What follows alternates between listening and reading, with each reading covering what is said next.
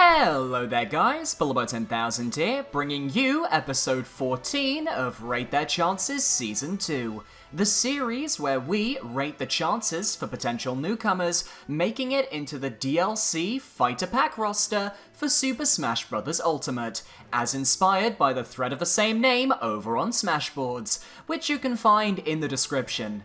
Haven't checked out the previous 2 episodes in the series? Make sure to give them a watch, as they go over re-rates for all the previously rated characters following the reveal of the hero and Banjo and Kazooie. Click the link in the top right corner if you're interested. With just 2 spots left for DLC and theories floating around left and right, nobody seems to have any concrete ideas on who the final 2 characters could be aside from sheer guesswork. And that's where I come in. Rate Their Chances is all about figuring out which characters are likely and viable, and while I have stated in the past that the last 2 fighters will most likely come from the pool of characters I've already rated, that doesn't mean that's all there is to it. There is still a handful of characters who I haven't rated who, at some point, have been considered viable in some way, shape, or form. So today's episode is dedicated to filling in those blanks with the 4 characters we'll be tackling today. Today's 4 characters we will be rating are Artorias, the Abyss Walker from the Dark Souls series, Frisk from Undertale, Master Chief from the Halo series, and a Fire Emblem Three Houses rep, specifically one of the main 4 characters of the game. Just a reminder that if you enjoy this video, please be sure to leave a like, comment, and subscribe, and remember that my ratings are not gospel. My ratings do not reflect the views of Sakurai, the Smash team, Nintendo, or anybody except myself. I have had a mostly accurate run across the last year, however, though, and I've managed to shortlist every character that was added into Ultimate, aside from Joker, simply because he came out of nowhere before I could rate him for DLC. So, while you may disagree with some of my choices, fact is, I've got a pretty good track record. And if you want to see a character rated who hasn't been tackled yet, leave them in the comments below and maybe I'll pick them up. So without further ado, let us begin.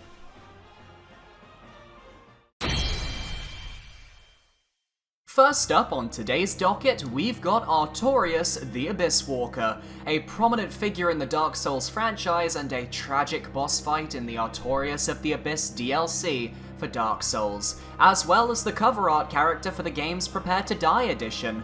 So far, the only Souls character who I've rated was Solaire of Astora, who I recently took out of contention for lack of a moveset. Artorias doesn't have this issue, however. Being one of the 4 Knights of Gwyn and a powerful figure who made a covenant with the Abyss so that he may not be swallowed by its darkness, in his prime he no doubt wielded quite the potent set of abilities. However, when we meet him in-game, he's but a shadow of his former self. Corrupted by the Abyss he swore to hold back, Artorias is nothing more than a feral beast who needs to be put down, and that is the job of the player character in Dark Souls. Artorias in his feral form wields a massive greatsword one-handed and is able to use the Abyss to buff himself and use it as an offensive tool to attack the player. Artorias is also extremely mobile despite his suit of armor, able to do multiple flips and jumps throughout his boss fight, though his left arm is permanently broken and unusable, adding an element of body horror to this otherwise cool knight. His stage would probably either be his boss arena in Ulasil, an ancient coliseum at the edge of the town of Sorcery, or Firelink Shrine, the main hub area for Dark Souls 1 and Dark Souls 3, though the Dark Souls 1 variation would probably be chosen as it's more iconic to the franchise. Now, whether Artorias would appear in his corrupted form or his prime, we do not know, but I'd bet on the former. From Software has never shown Artorias in a non-corrupted fashion in the Souls games, and they wouldn't debut such an important variation of their character in Smash of all things. From Software are very meticulous about their series lore, and this would just be very out of character for the developers. Beyond this though, is Artorias likely? Well, it's hard to say. You'd think that based on past additions to Smash, that when a new franchise gets into the game, the main character is usually the first to make the jump. Look at Dragon Quest's Hero, or Animal Crossing's Villager for example. This means that Artorias would be competing with the Chosen Undead, Bearer of the Curse, Unkindled One from the mainline Souls games, which certainly hurts his chances. But you can't deny that Artorias is arguably one of the more well-known Smash characters from the Souls lore, and his boss fight is one of the best in the series to boot. It's also worth noting that From Software isn't affiliated with any of the big gaming companies in Japan, aside from some of their games being published by Bandai Namco, who helped develop Smash. So Nintendo would probably have to approach From Software directly, which feels more like a long shot at this point in the DLC cycle. As such, Artorias the Abyss Walker gets a chance score of 15%. Compared to Solaire, I feel like Artorias has more potential as a fighter or as a boss if they want to go that route. However, I can't deny that he probably will play second fiddle to the protagonist of the Dark Souls games if the Soulsborne games were considered for a spot on the roster. I also, on a personal level, feel that Artorias' broken arm counts as body horror, which could disturb younger players and might turn Sakurai off of the character. As for a want score, Artorias gets a 95%. I won't deny that Artorias is probably my favourite character and one of my favourite bosses in the Soulsborne series. His story is tragic and haunting, and I'd love to see him represented in some way within Smash Bros., even if this may not be his time. Next up, we've got the protagonist of the hit indie game Undertale, Frisk the Human. A child of ambiguous gender with a penchant for striped shirts and in desperate need of a new haircut, this child is either the savior or the destroyer of monster kind, a pacifist who reasons with those he meets, or a genocidal maniac with a penchant for slaughter. Either way, being the main protagonist of Undertale is certainly a big help for Frisk when it comes to Super Smash Bros. Ultimate. Frisk as a character could have a unique moveset that could revolve around the mechanic of pacifism or genocide. Perhaps a meter could be installed and moves could change depending on if Frisk wants to take a pacifist route or a genocide route. Creating a moveset based around pacifism shouldn't be too terribly difficult either, as Isabelle is a prime example of this. Almost all of her moves don't intentionally hurt players, and Frisk could have a similar style of moveset. The other potential idea is to have Frisk be affected by the various different soul color mechanics from Undertale's battle system. Maybe Frisk is able to manipulate the souls of their opponents to get the upper hand in a fight. Whatever the case, the moveset potential is there, and doesn't pose a problem. On top of this, unlike Sans, Frisk is the main character of their game, and we've seen that within Smash Bros. Priority tends to go to the series' protagonist before other characters, and while Sans is the popular pick, I imagine Frisk is actually the character with the highest shot from Undertale.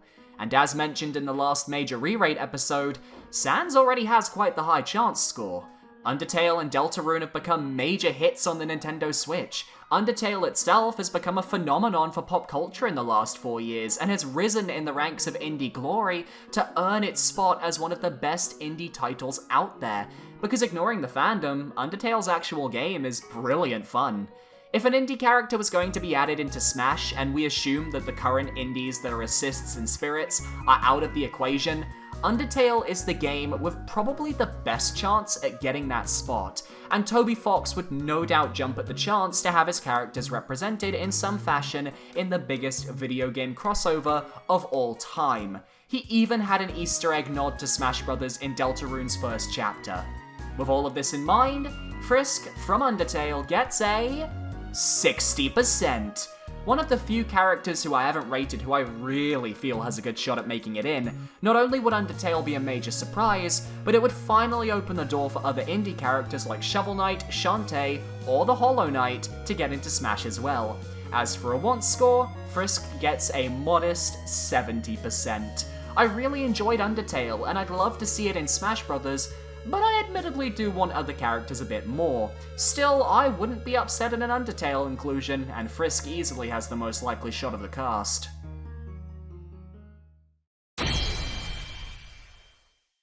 In the last Re-Rate Their Chances video, I mentioned my belief that with Banjo and Kazooie being added into the roster, that was a soft disconfirmation for any other Microsoft representatives. And I think that's a fair assumption to make, if this DLC pack is going for variety.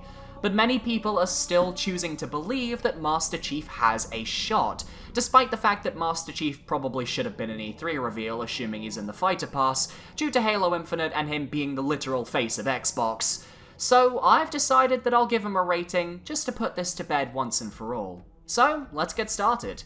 Now, while I would normally talk about a character's moveset, I don't feel the need to do that here with Master Chief. His series has a large variety of different weapons, and with 5 mainline titles under his belt and tons of spin-offs, I don't think he's hurting for a moveset. Really, Master Chief's whole deal is this. Will Microsoft get a second representative in this fighter pass? That's the only thing we can really analyze and discuss when rating this character, since Microsoft is confirmed to have Banjo and Kazooie in-game already. So, let's look back at past DLC additions. From third parties in Smash 4, we got Ryu, Cloud, and Bayonetta, owned by Capcom, Square Enix, and Sega respectively.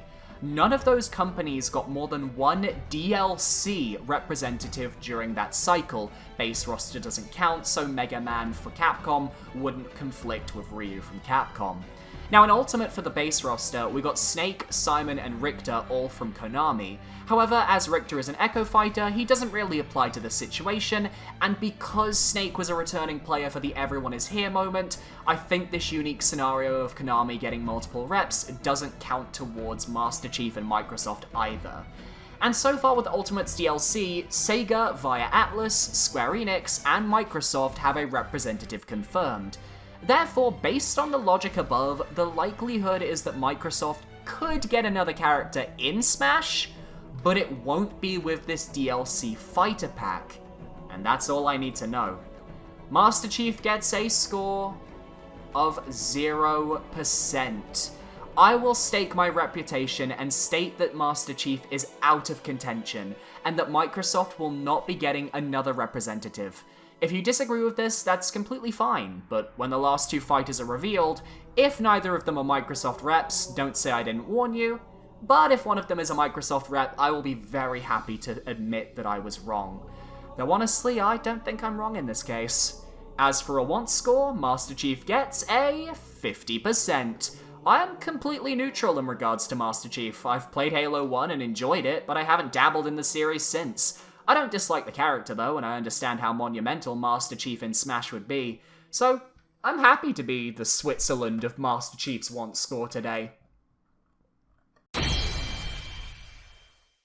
Lastly on today's video, we've got a quartet of characters from Fire Emblem Three Houses, the upcoming installment in the long-running Fire Emblem series, which as we all know has had a generous amount of fighters brought into Smash Bros. I'm sure it's been on everybody's mind ever since Corrin's DLC inclusion in Smash 4, but could we be seeing a new Fire Emblem Three Houses representative, similar to how some believe we'll be getting a Generation 8 Pokemon as well? Well, if we are getting a representative of Three Houses, it will have to be one of the 4 main characters: Byleth, Edelgard, Claude, or Dimitri. Now, straight off the bat, I think we can actually rule out Claude and Dimitri. Why? Well, they may be popular, but Edelgard was the first Lord to really be showcased following this game's original reveal. She's the character Nintendo wanted us to focus on in the early days, and honestly, I don't have a problem with that. Edelgard is an axe wielder, which already brings in a new weapon and dispels the anime sword argument that you just know some people are gonna bring up. And on a note regarding gender, she'd be the second female Fire Emblem character in their base forms, as Robin and Corrin, despite having female alternatives, were both introduced via their male forms in their trailers. Though, to be honest, female Corrin is canon Corrin, don't at me. But if Edelgard doesn't get the call, what about Byleth? We don't know much about Byleth, but what we do know is that they fit the bill for a modern Fire Emblem character. Swords, alternate gender variants, a unique design, and who knows what they'll be capable of once their game releases. If I had to place money on which character makes it in, I'd honestly give it to Byleth. That being said, how likely are these guys to get represented? Well, I'm personally subscribed to the third parties only theory, as the DLC's direction so far seems to be about bringing in new worlds, franchises, and spirits. Fire Emblem Three Houses would work for the DLC Spirit Board due to all the new characters, but beyond that, would a new Fire Emblem stage be exciting? Would people really want to pay for new Fire Emblem music, for example, if it's just coming from Three Houses? Until Three Houses has had some time in the wild, I'd say I'm doubtful. On top of this, Fire Emblem is at an all-time high with character additions, and their side of the roster honestly feels complete. Maybe Azura from Fates or Lindis would really bolster them to perfect representation, but it doesn't feel like Three Houses needs the characters right away. And Nintendo have to be aware of how Corrin went down in Smash 4. This would effectively be a repeat scenario, and they would probably want to avoid that at all costs. Then again, it's Nintendo. They haven't exactly been known for making decisions that fans want. I'm looking at you, Nintendo Switch Online. With all of this in mind, I've decided to give Byleth and Edelgard 2 separate ratings. First up, Edelgard, who gets a chance score of 20%. I won't deny the possibility of a promotional pick, but I do think there's a higher chance that Edelgard won't be chosen in favor of the player character of the week. As for a want score, Edelgard gets an 80%. If we do end up getting a Three Houses rep, I'd like Edelgard or Claude to get the call. Edelgard's axe could be fun to implement, and it's a new weapon. Before we get to Byleth, I just want to quickly say Dimitri and Claude get a chance score of 0%. I think that they are probably the least likely of the 4 to actually get chosen, and I just don't see it happening. Specifically, Dimitri gets a 0% and a 15% want score. I'm just not really a fan of his design at the moment. But Claude gets an 85% want score because he is bae, he is best boy, and I am going to take his house. As for Byleth, though, he gets a chance score of 25%. As with Edelgard, I feel the promotional pick mentality won't come about in this DLC Fighter Pass. That being said, I do think Byleth would be the character chosen to bring to Smash if this were to come to pass. As for a want score, Byleth gets a 60%. I don't want to slander Byleth before we've even played their game, but their character artwork does involve a sword, and we haven't seen anything yet to assume they'd be nothing but a sword fighter with a cool design. Thank you everyone for watching today's episode of Rate Their Chances. If you guys enjoyed, please be sure to leave a like, comment, and subscribe. Leave your thoughts down below. What do you think of the characters we have rated today? What characters would you like to see me rate next? Please try and keep them somewhat, feasible, though. No completely random ones. I don't want to rate any joke characters at the moment. And just a warning, by the way, for those of you wondering, I am planning on doing some Rate Their Chances specials for assist trophy characters, because I do want to actually talk about which assist trophies could potentially be upgraded, but it won't necessarily relate to this fighter pass. So that will be coming at some point as well. Thank you for watching, guys. I hope you guys enjoyed, and I will talk to you guys next time. Goodbye, guys.